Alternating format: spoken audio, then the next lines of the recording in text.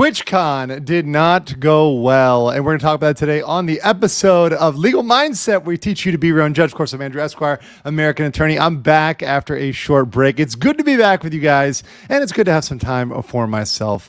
So let's get right into it. We've got, of course, a PP for you today, a nice PowerPoint on the death of Twitch. It's actually several issues that are really compounding for Twitch, some of which we've been talking about on this channel for a very long time. So, of course, the main one, the one that everyone's talking about, and the kind of main death knell I'm seeing here for Twitch is the Emiru assault. And that is due to the failure or lack of security at TwitchCon. She was denied her own bodyguard. There was an assault. An individual came up and attempted to hug, grab, grope her without any permission, warning whatsoever. And that is a major, major issue, particularly since we know that Twitch has had security issues in the past. Then we had a bunch of bungled mistakes with Chibidoki's meet and greet, in which she was at first denied entry. There's some reports that she was forced to unmask herself in front of certain people in order to identify herself, and then cutting that meet and greet short. So a lot of problems there. Then you've got Hassan, the golden boy of Twitch, under pressure, which once again, while not happening at TwitchCon, happening around the same time as TwitchCon, indeed is not good for Twitch. That's their golden boy. That's Dan Clancy's favorite, and that's an obvious problem for them. And then the last, and one of the most important, is the lack of moderation of Twitch content, which perhaps is the most damaging and puts them in a category along with Roblox in terms of potential regulatory action. So let's start with Emiru's claim. So obviously, if you saw in the video, and most people have seen the video, you can watch that in my live version, which we go over everything and all the video, all the facts.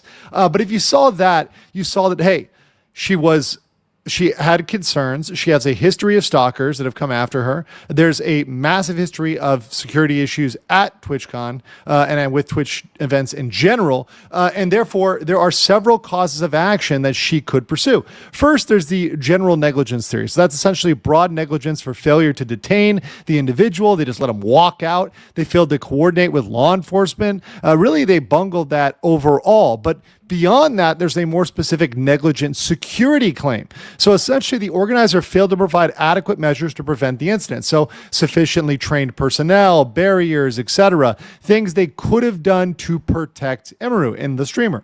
Of course, they did not do that. And given the fact that in 2019, 2022, 2024, and earlier this year in Rotterdam in 2025, there were significant security issues, they should have known. This was not a first off. This is not a first-time event. This is not something they should know about.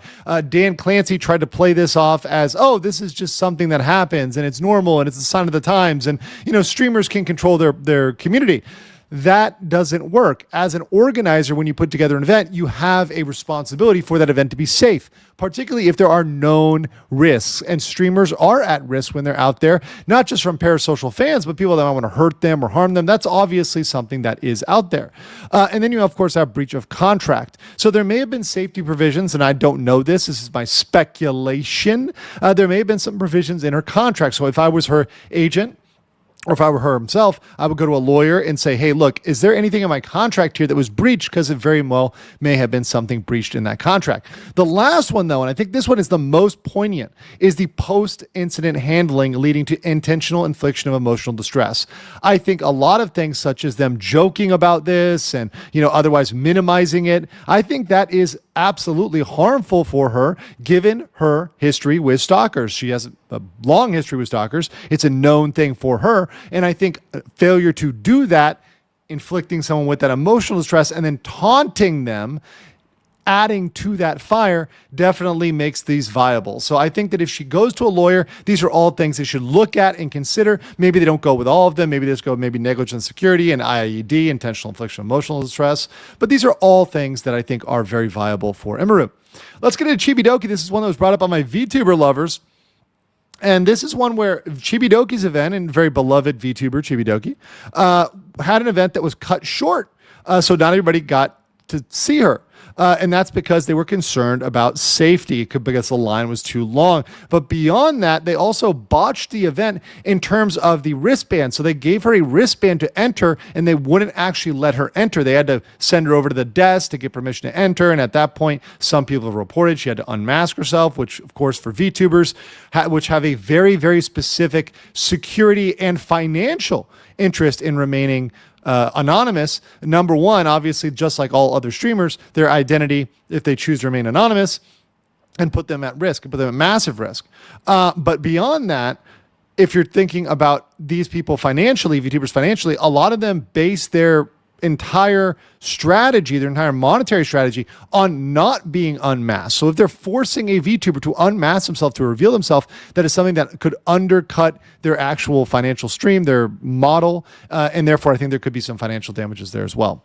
So let's go over Hassan. This is one I really find interesting. So at the exact same time this is happening, I've seen several videos of Hassan kind of hitting his limit where he's saying, I'm just tired of streaming, nothing's working, no change, no real change is happening. You see him out here with his dog and he's walking wearing a bulletproof vest with a press label on it, a press chevron on it, walking around a very, very peaceful city. And people are obviously pillorying him for that.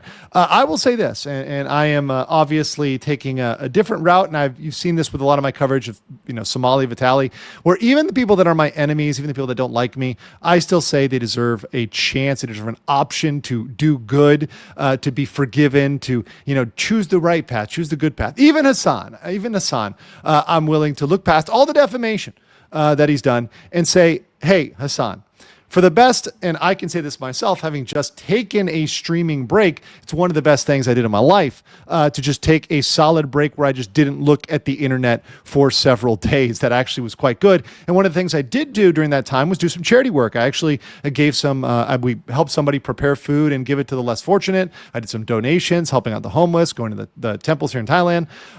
And once again, I think that's very fulfilling. Hassan's in LA. They got Skid Row down there between, 3rd and 7th, right? Where he could go down there and help the homeless, help people out. If he wants to do something in line with his socialist views, he could go start a community garden. He could go pick up a shovel and start digging and plant some plants. Whatever. I think that would actually do him some good right now rather than streaming and continuing to dig himself deeper, as Collargate is not going anywhere anytime soon. That's going to be going on for a very, very, very long time. And I think it actually raises some very interesting questions, particularly in regards to, and I do stand by this, of, hey, look, you're putting the shock collar on the dog, put the shock collar on Hassan. Someone actually suggested to me that they do it as an armband or on the dominant hand or on the wrist. So it shocks somebody there if they go to do an action, which would be very, very, very Pavlovian training for somebody who's doing something wrong. But once again, I think Hassan definitely needs to step back for a second as kind of the profile of a spoiled Nepo baby who's never seen anything real.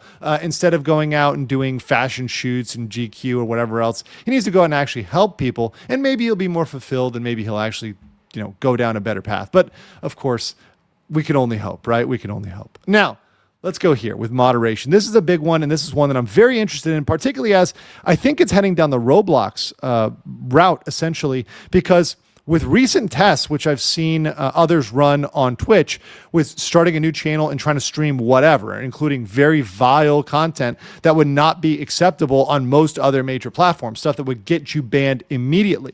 Well, all of that stuff bypassed the filters, all that stuff got on Twitch without any moderation.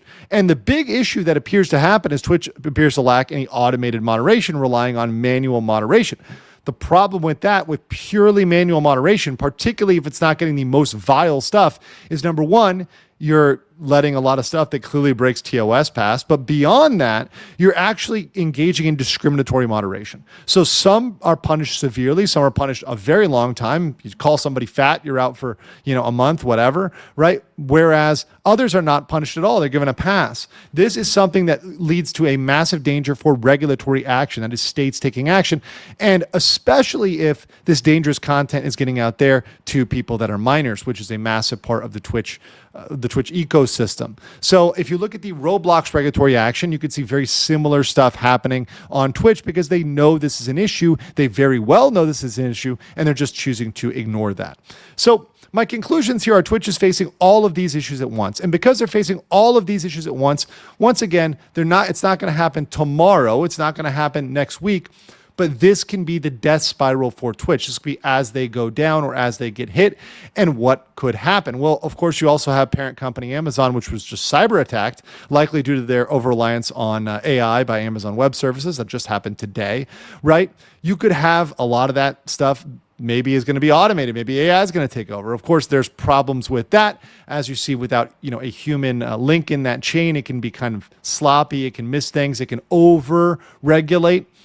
And I think the time is right for lawsuits right now, regulatory action or replacement of Twitch leadership, aka Dan Clancy. So I think the time is right for all of these things. And I think we should continue to monitor it very, very closely, because I think there will be action. Amaru definitely should bring a claim, definitely should try something against Twitch. There's no reason not to at this point, and there's more than enough basis for her to bring that on one of those causes of action. But I want to know what you guys think in the comments below. Let me know if you like the fast facts. If you're glad I'm back, hit the like button, and I will catch you on the next one.